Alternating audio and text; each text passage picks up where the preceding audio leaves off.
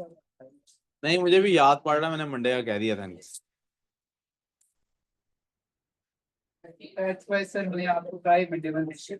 Done हो गया।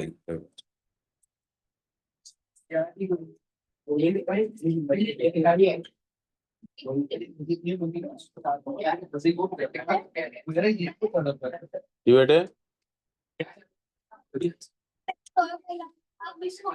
मुझे बिल्कुल नहीं समझ आ रही आप क्या कह रहे हो, थोड़ा ऊंची बोल लो।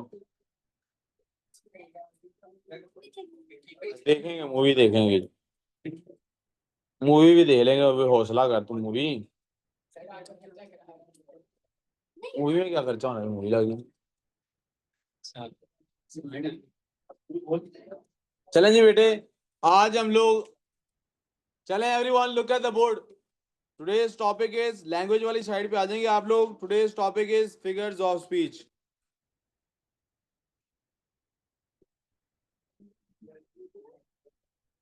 Figures of speech.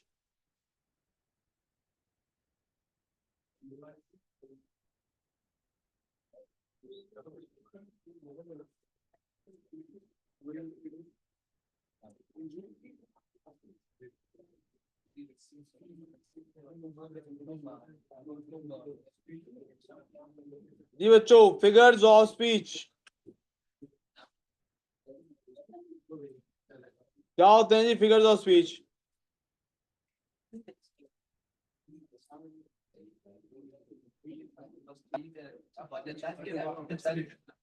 यार, तलहा बंद कर दो ये बातें यार, अब काम पे ध्यान दो। स्पोर्ट्स ही ना बंद हो जाए फिर हमारा।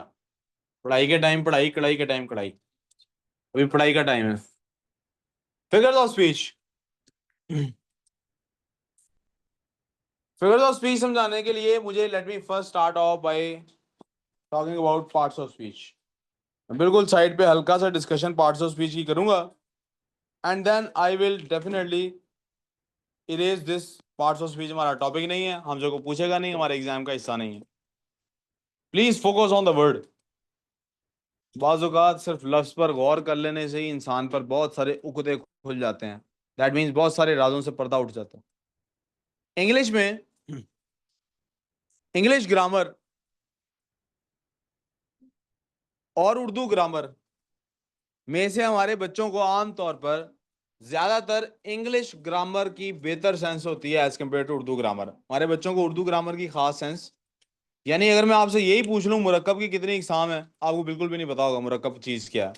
आप कहेंगे ये क्या मुरब्बा से शुरू कर दिया, और इधर देख काम पे ध्यान देना। अभी आप कहेंगे ये क्या मुरब्बा शुरू कर दिया, मतलब लफ्ज मुरक्कब का ही नहीं पता होगा आपको ये क्या होता है। चूंकि हम यूज टू इंग्लिश के हैं, बावजूद इसके कि हमें उर्दू ग्रामर का बिल्कुल कुछ नहीं पता होता। It is Urdu grammar that makes us misunderstand English grammar. हालांकि हमें उर्दू ग्रामर आती नहीं है, लेकिन उर्दू ग्रामर की वजह से हमें इंग्लिश ग्रामर नहीं आ सकती कभी भी। क्यों नहीं आ सकते? उसकी एक बुनियादी वजह, the basic reason behind that is, Urdu में जो ग्रामर होती है वो अरबिक और फारसी से आई है, और वो ग्रामर चलती है लफ्ज की इकसाम पे। सुनना है अभी, वो किस पे चलती है? लफ्ज की। मिसाल के तौर पे मैं आपके सामने एक लफ्ज लिख रहा हूं, घड़ी। अब इस घड़ी को उर्दू की ग्रामर में कहते हैं इस्म। क्या कहते हैं? इस्म कहते हैं नाम को। इस्म किसको कहते हैं? आप लफ्ज घड़ी को सिवाय नाम के और किसी सूरत में इस्तेमाल नहीं कर सकते। करके देखिए, सोचिए, घड़ी का लफ्ज कहाँ इस्तेमाल हो सकता है? घड़ी का लफ्ज यहाँ टाइम के लिए इस्तेमाल कर सकते हैं आप, कि घड़ी कहाँ है, घड़ी पर क्या वक्त हो रहा है, मेरी घड़ी कहाँ है, दीवार पर घड़ी लगी हुई है। या घड़ी का लफ्ज इस्तेमाल हो सकता है, घड़ी दो घड़ी की बात है, मुहावरे में। वहां भी घड़ी का लफ्ज नाउन के, इस्म के तौर पे इस्तेमाल हो रहा है, नाउन जिसको इंग्लिश में हम कहते हैं। अब चूंकि हम नेम के लिए इंग्लिश में वर्ड नाउन यूज करते हैं, उर्दू में इसमें यूज करते हैं, और चूंकि हमारे अंदर ये एक सेंस प्रिवेल करती है बचपन से उर्दू बोलने की वजह से, बेशक हम उर्दू लिखनी ना आती हो, बेशक हम उर्दू ठीक बोल ना सकते हो, no matter what the reason is, हम समझते हैं सारी जबानों में ऐसे ही निजाम चलता है। कैसे? वर्ड्स की टाइप्स होती हैं। वर्ड्स की। लेकिन यू विल नॉट सी के इंग्लिश में लिखा हो टाइप्स ऑफ वर्ड्स। इंग्लिश में क्या लिखा होता है? Parts of speech. Parts of, for example we have a word watch. If it is a type of word, so it should follow the same rule, right? What is watch? It should be noun.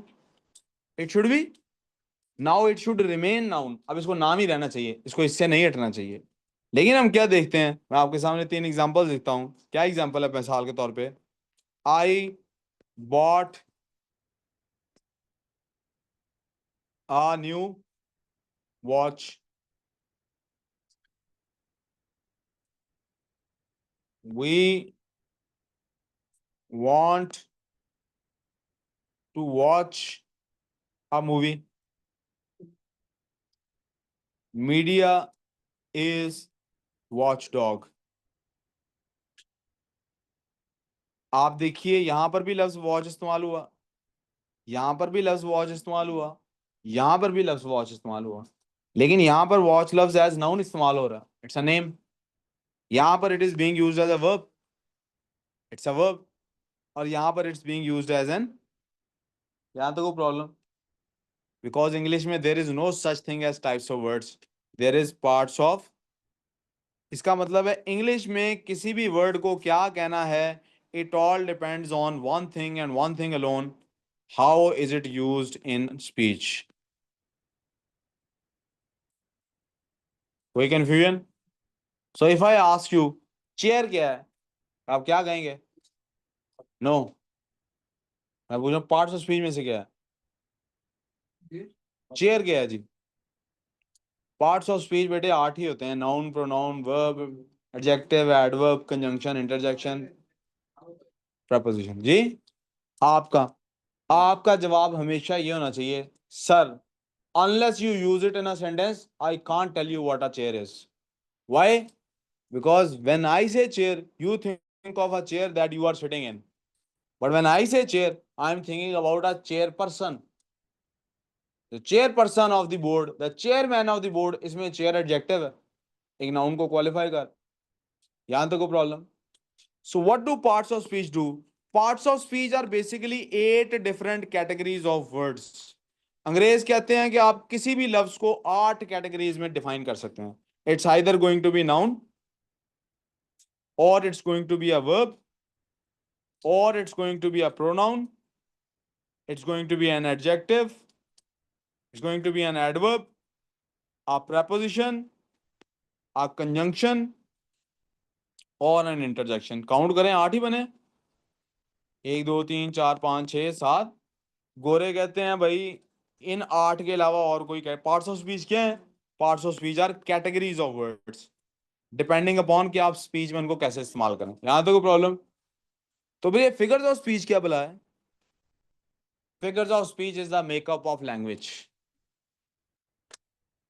Figures of speech क्या है? आपकी आंखें जो हैं ये आपका body part है। आप ऊपर आई लैशेज लगाएंगे तो उनसे क्या होगा, आपकी नजर ठीक हो जाएगी, तेज हो जाएगी, कमजोर हो जाएगी? कुछ भी नहीं हो रहा। फिर वो आई लैशेज से क्या हो रहा है?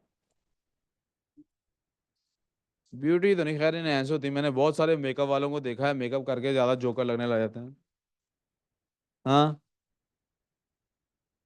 क्या होता है? दिखने वालों को, देखने वालों को असर होता है, फर्क पड़ता है। पार्ट्स ऑफ स्पीच मेरे बोलने पर है, मैंने वॉच को कैसे इस्तेमाल किया। फिगर ऑफ स्पीच इस पर है कि आपको कैसा सुनाई दे रहा है।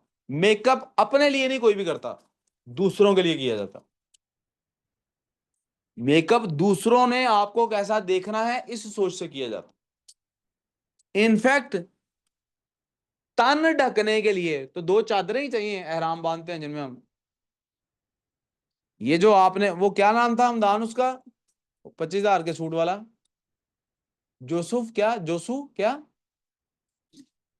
वो यार क्या था उसका नाम, जे से था ना कुछ? नहीं नहीं, वो क्या है उस ब्रांड का नाम जिसके सूट्स लाए थे, याद है? लोगो था जिसका बड़ा मजे का। जोनम था? नहीं नहीं यार, कुछ और था जिसके आपने ईद पे नहीं सिलाए थे, याद है? जब मैंने कहा था यार मुझे भी इससे सिलवा के दे, वो जो वो बलोची शलवार सीता था। क्या नाम था उसका? जोनम ही था। अच्छा, दो चादरें काफी हैं। Why do we go to जोनम और जे डॉट और एथनिक? शादी है जनाब किसी, अब ये दो लोगों की शादी होती है ना एट अ टाइम। एक शादी में दो ही लोग शरीक होंगे ना, बुनियादी तौर पे तो उन्हीं की शादी है ना। निकाह खां और गवाह हो, शादी खत्म। बाकी सारे लोग तो एक्सटर्नल मेहमान है ना। तो दुल्हन का जोड़ा बना होता है 1 लाख रुपए का, और जो शादी में मेहमान आया होता है वो 1.5 लाख का जोड़ा पहना था। दुल्हन ने ज्वेलरी पहनी होती है 50,000 की।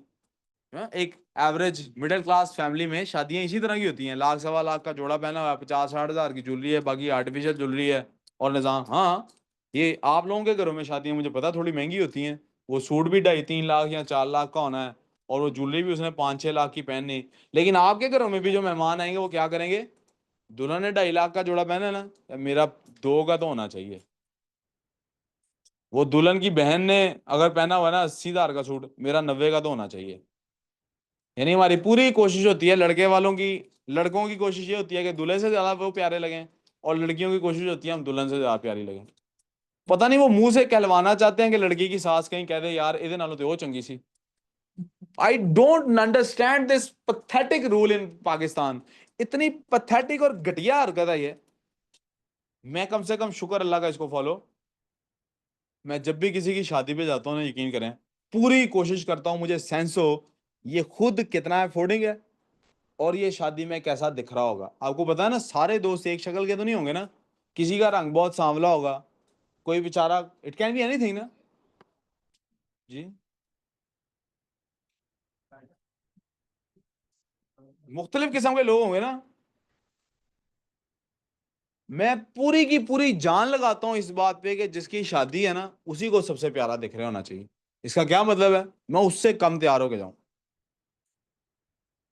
यार आप लोगों को ये सेंस हो, अंग्रेजों के यहाँ कितना प्यारा रिवाज है यार, मुझे शर्म आती है कि उनके यहाँ ये रिवाज है। आपको पता है अंग्रेजों के यहाँ शादी में बेस्ट मैन का कॉन्सेप्ट भी है, और वो एक होती है मेड ऑफ ऑनर। जब शादी होती है ना, वो निकाह उनका हो रहा होता है, लड़का और लड़की सामने खड़े होते हैं, तो लड़की की तरफ 3-4 लड़कियां खड़ी होती हैं, ये उसकी फ्रेंड्स या कजन्स होती हैं जो लड़की के साथ खड़ी होती हैं। और लड़के की तरफ भी 3-4 लड़के खड़े होते हैं, ये उसके दोस्त, friends, brother in law type ऐसे लोग होते हैं, करीबी लोग होते हैं। स्पेशली उन चारों पांचों का ड्रेस भी एक जैसा होगा, लड़कियों का भी, और उन लड़कों का भी चारों पांचों का ड्रेस एक जैसा होगा। हमारे भी शादी में ऐसा होता होगा ना, सेम ड्रेस लाते हैं। लेकिन हम इतने बेशरम हैं, हम पूरी कोशिश करते हैं दूल्हे से अच्छे हम लग रहे हो। उसी नाई से तैयार होते हैं, वो डेपिलेक्स से तैयार हो गया, मैंने भी डेपिलेक्स से ही तैयार होना है।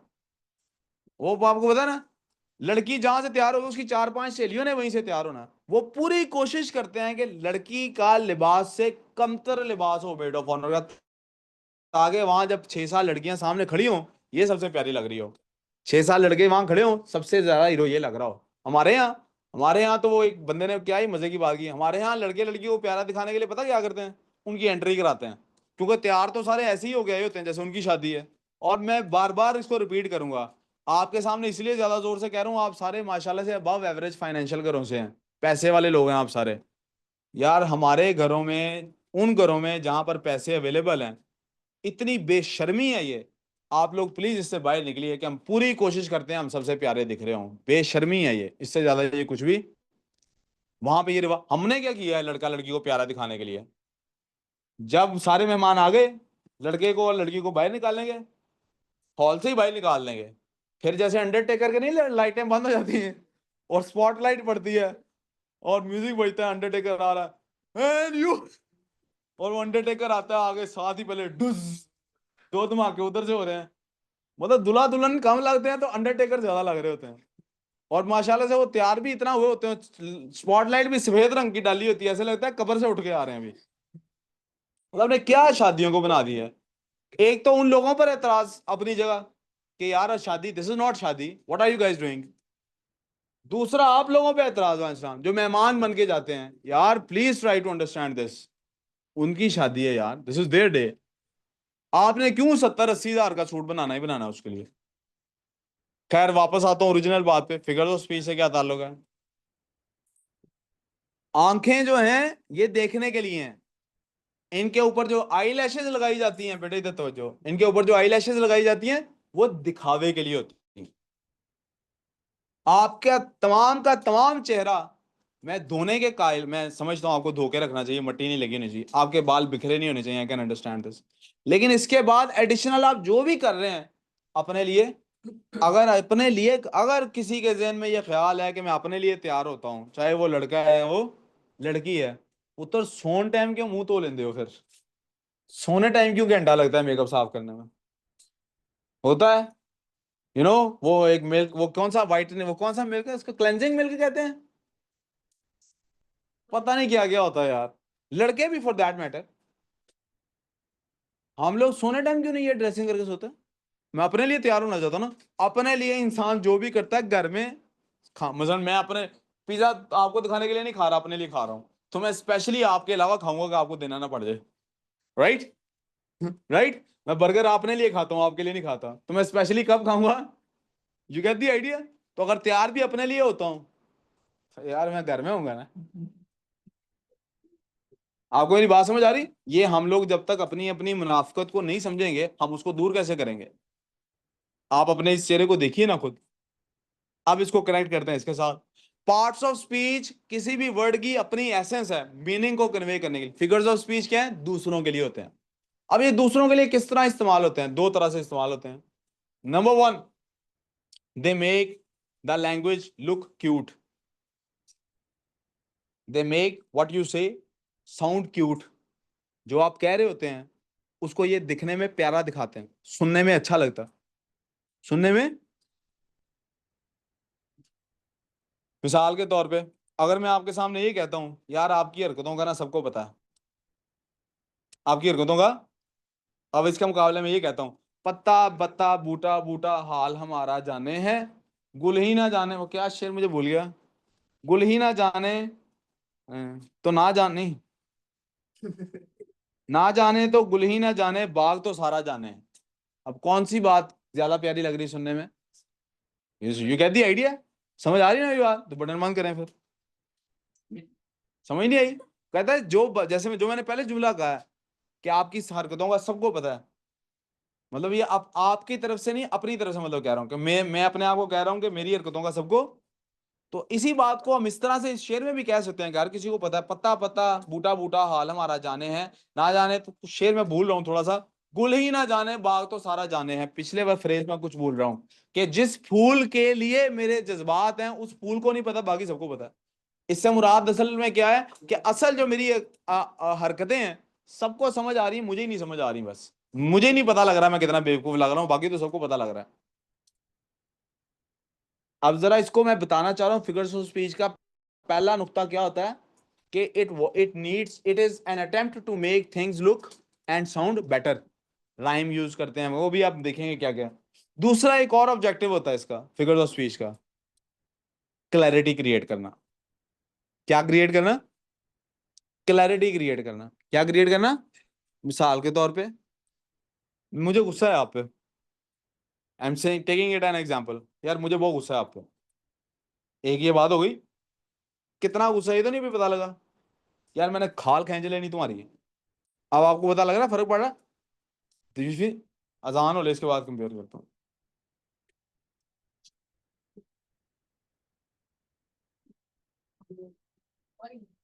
चुप कर जे बेटे, अजान हो रही।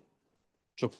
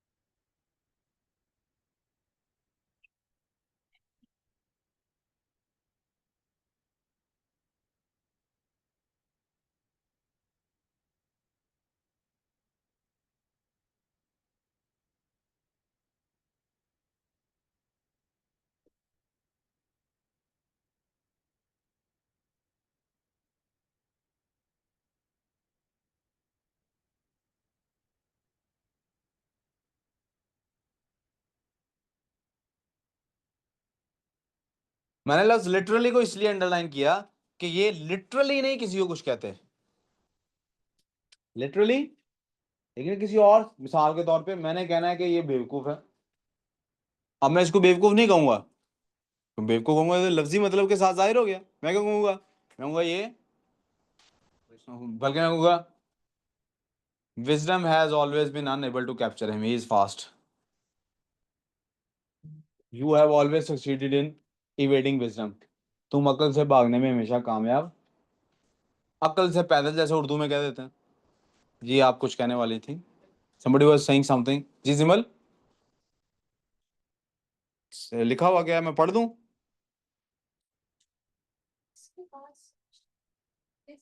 ओ सॉरी, मैं ना असल में जल्द ध्यान कहीं और था। विद टेक्निक्स के बाद लिखा हुआ of conveying, conveying message without literally conveying it. अब ना मैसेज पहुंचाते हैं, क्या हो? तो क्लास खत्म होने लगी वैसे 1 मिनट बाद। पेरेंट को हॉस्पिटल, आपको चेक कराने जाना है किसी और को चेक कराना है? किसी और को है ये डॉक्टर है यार, लगता भी है वैसे। जी, वहां पे जगह कहाँ छोड़ी है, कहाँ छोड़ी है? ये वाली जगह ऐसे ही बिला वजह, वो ये ऊपर जीज के साथ मिक्स हो जाना था, एंगेजिंग लफ्ज के जीज के साथ यहाँ फंस जाना था इसलिए, नो अदर रीजन। ठीक है, ओके। अच्छा जी, मैंने कोई आपको 15 फिगर्स ऑफ स्पीच बताने हैं, और कल यानी नेक्स्ट क्लास में इंशाल्लाह 15 के 15 पढ़ाऊंगा। मैं सिर्फ याद दहाने के लिए, आपकी समझाने के लिए कि आप क्लिक कर जाए आपको, I just want to tell you 2 figures of speech today. मैं सिर्फ उनका नाम बताऊंगा, जस्ट टू टेल यू कि ये आपको ऑलरेडी आता है इसमें से कुछ पार्ट। सबसे ज्यादा मशहूर जो फिगर्स ऑफ स्पीच हैं वो कौन कौन से हैं? हाँ उस्मान, कौन से हैं? सिमिली और मेटाफर। इसके बाद बाकी इंशाल्लाह बताऊंगा। मैं जरूर कोशिश करूंगा कि आपको सिमिली और मेटाफर के बारे में वो बात बताऊं जो आपने जिंदगी में कभी ना सुन रखी हो। ठीक है, ओके जी, टेक केयर जी, अब मगरिब की नमाज के बाद मिलते हैं। अल्लाह हाफ़िज़।